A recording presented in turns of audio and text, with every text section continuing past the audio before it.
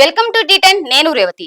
తనపై BJP MLA Muniratna లైంగిక దాడి చేశారంటూ సంచలన ఆరోపణలు చేసిన మహిళ ఇప్పుడు ఇదే కేసులో మరిన్ని కీలక విషయాలను బయటపెట్టారు. ప్రత్యర్థి పార్టీ నేతలను హనీ ట్రాప్ చేయడానికి మణిరత్న హెచ్ఐవి సోకిన ఓ మహిళను వాడుకున్నారని ఆమె ఆరోపించారు. ఈ విషయాన్ని మణిరత్నే తనతో స్వయంగా వెల్లడించినట్టు ఆమె చెప్పారు. నా ప్రత్యర్థి పార్టీలోని ఓ నేతను బుట్టలోకి దించడానికి హెచ్ఐవి సోకిన మహిళను హనీ ట్రాప్ కోసం వాడుకున్నా. ఇంకో నేతను కూడా ఇలాగే ముగ్గులోకి దించడానికి మరో హెచ్ఐవి సోకిన మహిళ నాకు కావాలి, సాయం చేస్తావా అంటూ మునిరత్న తనను అడిగినట్టు సదరు మహిళ ఆరోపించారు. ఈ మేరకు తాను పోలీసులకు ఫిర్యాదు చేశానని, అయితే కేసు నమోదు చేయడానికి పోలీసులు నిరాకరించినట్టు బాధితురాలు పేర్కొన్నారు. మునిరత్నపై నమోదైన కేసుల విచారణకు కర్ణాటక ప్రభుత్వం ప్రత్యేక దర్యాప్తు బృందాన్ని ఏర్పాటు చేసింది. అడిషనల్ డీజీపీ బీకే సింగ్ నేతృత్వంలో ఐపీఎస్ అధికారులు లబురాం, సౌమ్యలత, సిఎస్ సైమన్ తో సిట్ ను నియమించింది.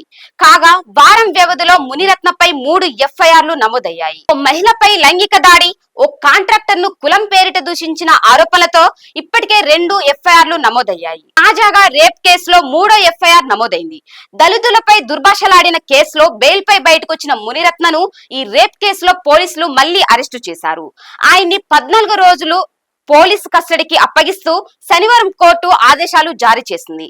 మునిరత్నపై వస్తున్న వరుస ఆరోపణలపై రాష్ట్ర బీజేపీ నేతలు ఆచితూచి మాట్లాడుతున్నారు. ఈ విషయంపై కేంద్ర నాయకత్వానిదే తుది నిర్ణయమని తేల్చి చెబుతున్నారు. మునిరత్నపై ఏ నిర్ణయాన్నైనా కేంద్ర నాయకత్వమే తీసుకోవాలని కర్ణాటక బీజేపీ క్రమశిక్షణ కమిటీ ప్రెసిడెంట్ లింగరాజ్ పాటిల్ అన్నారు. ఇది వాటి న్యూస్. చూస్తూనే ఉండండి టీ10.